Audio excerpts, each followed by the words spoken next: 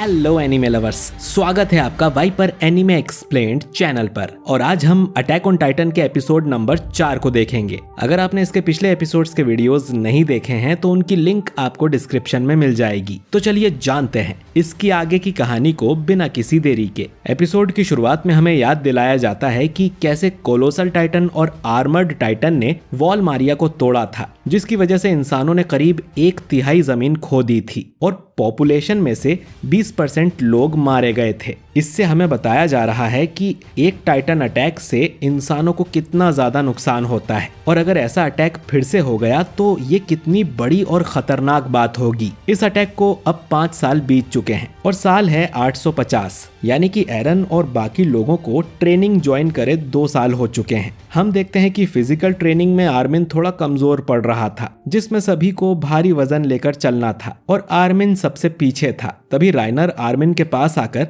उसका वजन खुद ले लेता है और आर्मिन को थोड़ा मोटिवेट भी करता है। कीथ बताता है कि राइनर फिजिकली और मेंटली बहुत मजबूत है और उसके साथियों को उस पर बहुत भरोसा है। इसके बाद वो आर्मिन के बारे में बताता है कि वो शरीर से तो कमजोर है लेकिन दिमाग से बहुत ज्यादा होशियार है। इसके बाद वो एनी के बारे में बताता है कि ये फाइट में तो बहुत अच्छी है लेकिन ये किसी से दोस्ती नहीं करती और इसे अकेला रहना पसंद है। फिर बेर्थोल्ट जो कि बहुत ज्यादा टैलेंटेड है। इसके बाद जॉन जो कि ओडियम गियर चलाने में सबसे आगे है लेकिन उसमें थोड़ी एटीट्यूड की प्रॉब्लम भी है, यानी कि जो होता है ये मुंह पर बोल देता है। इसके बाद हम सभी को टाइटन ट्रेनिंग करते हुए देखते हैं, जिसमें इन्हें टाइटन की गर्दन काटना सिखाया जाता है क्योंकि ऐसा करने से ही टाइटन्स मरते हैं और कट गहरा होना चाहिए। कीथ फिर साशा के बारे में बताता है कि उसकी इंस्टिंक्ट्स काफी अच्छी हैं और वो लोगों से जल्दी घुल मिल जाती है। इसके बाद कॉनी जो कि काफी स्किल्ड है लेकिन दिमाग से थोड़ा पैदल है। इसके बाद मिकासा जो कि हर चीज में टॉपर है, बल्कि उसके जैसी सोल्जर इन्होंने पहले कभी देखी ही नहीं है।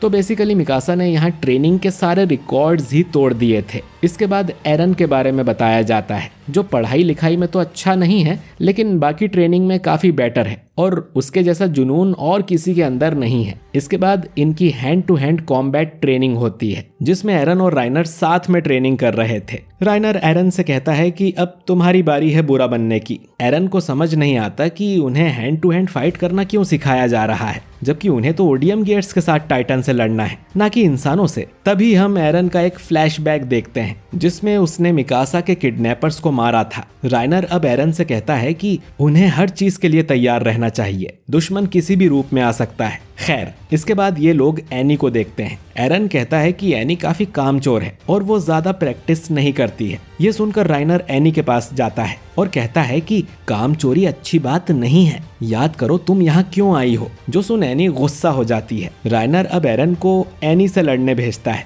और एनी अपने आइकॉनिक पोज में खड़ी हो जाती है। इसके बाद वो एरन की टांग पर जोर से लात मारती है और फिर एरन को उठाकर पटक देती है। इसके बाद एनी राइनर से लड़ने को कहती है। राइनर शुरू में तो मना करता है लेकिन एरन के उकसाने पर वो लड़ने के लिए मान जाता है और अगले ही पल वो भी उल्टा ही पड़ा होता है। एरन अब एनी से पूछता है कि उसने इतना अच्छा लड़ना कहाँ से सीखा, जिस पर एनी बताती है कि ये टेक्निक्स उसे उसके फादर ने सिखाई है। खैर, एनी कहती है कि हैंड टू हैंड कॉम्बैट के पॉइंट्स फाइनल स्कोर में नहीं जुड़ते हैं तो ये ट्रेनिंग करवाने का कोई फायदा नहीं है और इसीलिए सब यहाँ बस टाइम पास ही कर रहे थे। आखिर में एनी कहती है कि इस फालतू की दुनिया में उसे सोल्जर बनने का दिखावा करने का कोई शौक नहीं है। अब एनी यहाँ से जाने लगती है और राइनर उससे कहता है कि आखिर तुम एक वॉरियर बनने के लायक तो नहीं हो। खैर, शाम को जॉन फिर से कहता है कि उसे तो मिलिट्री पुलिस में ज्वाइन होना है और मार्को भी कहता है कि राजा के पास रहकर काम करना कितनी गर्व की बात होगी। जॉन मार्को से कहता है कि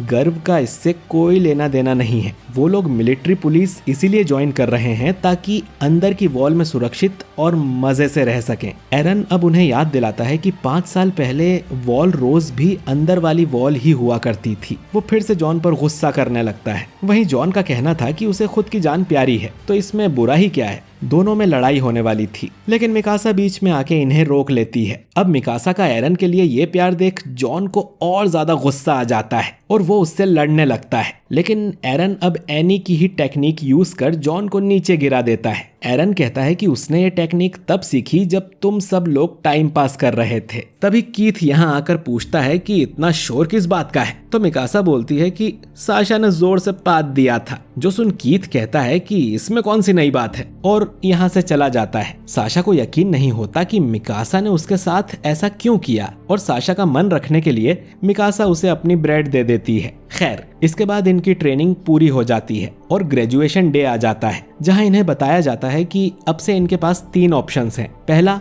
गैरिसन रेजिमेंट, जिनका काम वॉल्स की देखभाल करना है, जिसमें हानस था। दूसरा, सर्वे कॉप्स यानी स्काउट रेजिमेंट, जिनका काम है वॉल्स के बाहर जाकर टाइटन से लड़ना, इसमें सबसे ज्यादा खतरा है। और तीसरा, मिलिट्री पुलिस, जो कि सीधा राजा के लिए काम करेंगे और राजधानी में रहेंगे, और इसमें सबसे कम खतरा है। लेकिन मिलिट्री पुलिस यानी एमपी में सिर्फ टॉप 10 सोल्जर्स ही भर्ती हो सकते हैं, और इस क्लास में जो टॉप 10 थे उनके नाम है नंबर 10 पे क्रिस्टा, नंबर 9 पे साशा, नंबर 8 पे Connie, number 7 Marco, number 6 John, number 5 एरन, नंबर 4 पे एनी, नंबर 3 पे बेर्थोल्ट, नंबर 2 राइनर और नंबर 1 मिकासा। अब शाम को सब सेलिब्रेट करते हैं। कॉनी और साशा एमपी ज्वाइन करना चाहते हैं क्योंकि वहां उन्हें भरपेट खाना मिलेगा। वहीं थॉमस एरन से पूछता है कि वो टॉप 10 होने के बाद भी स्काउट्स क्यों ज्वाइन करना चाहता है। पहले ही लाखों लोग टाइटन्स के हाथों मर चुके हैं, इंसान कभी टाइटन्स से जीत नहीं सकते हैं।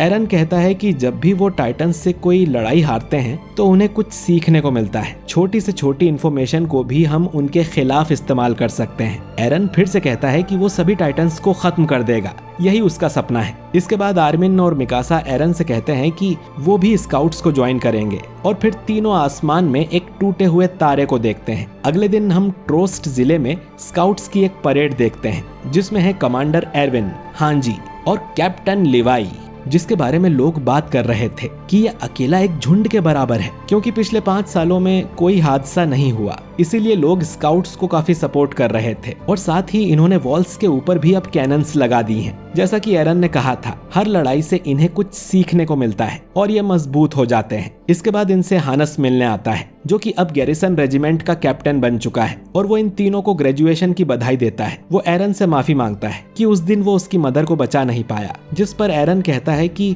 इसमें आपकी कोई गलती नहीं थी। खैर, इसके बाद ये लोग वॉल्स के ऊपर कैनन्स की सफाई करने जाते हैं, जहां एरन की स्पीच से इंस्पायर होके कॉनी और थॉमस ने अपना मन स्काउट्स ज्वाइन करने का बना लिया था। तभी साशा यहाँ आकर बताती है कि उसने किचन से मीट चुरा लिया है और वो लोग इसे बांट कर खा सकते हैं। जब से इनकी 1/3 जमीन कम हुई है, तब से मीट काफी महंगा हो गया है। साशा चाहती थी कि जब हम हमारी जमीन वापस ले लेंगे तो ज्यादा जानवर पाल सकेंगे और सभी को मीट खाने को मिलेगा, और ऐसा लगता है जैसे अब सब कुछ ठीक होगा। इंसानों ने काफी हथियार बना लिए हैं और वो लोग अब टाइटन्स को हरा सकते हैं। एरन भी यही सोच रहा था, और तभी म्यूजिक शांत होता है और अचानक ही एरन के पीछे कोलोसल टाइटन प्रकट हो जाता है, जिसे देखकर सब शॉक में थे। कोलोसल टाइटन तुरंत ही वॉल का दरवाजा तोड़ देता है। साथ ही उसमें से निकल रही गर्म स्टीम की वजह से सभी सोल्जर्स वॉल से नीचे गिरने लगते हैं, लेकिन इस बार ये कमजोर नहीं है और अपने ओडियम गियर्स से ये लोग खुद को संभाल लेते हैं। लेकिन सैमुअल बेहोश हो गया था, तो साशा भाग कर जाती है और सैमुअल की टांग में ओडियम गियर का हुक मार के उसे मरने से बचा लेती है। सब देखते हैं कि दीवार में बड़ा सा छेद हो गया था। एरन सभी से चिल्लाते हुए कहता है कि लड़ने का समय आ गया है, कोलोसल टाइटन हमारे सामने है, चलो उसे खत्म करते हैं। एरन सीधा वॉल के ऊपर जाता है और कोलोसल टाइटन के सामने खड़ा होता है, जो कि काफी आइकॉनिक शॉट है, और दोनों सीधा 5 सालों बाद फिर से मिल रहे थे। और ये एपिसोड यहीं पर खत्म हो जाता है। तो दोस्तों, आपको ये एपिसोड कैसा लगा कमेंट करके जरूर बताइए, और वीडियो को लाइक और शेयर जरूर कीजिए। और अगर आप हमारे चैनल वाइपर एनीमे एक्सप्लेन्ड पर नए हैं तो चैनल को सब्सक्राइब करके बेल आइकन जरूर दबाइए। मैं मिलता हूँ आपसे बहुत ही जल्द अगले वीडियो के साथ। शुक्रिया।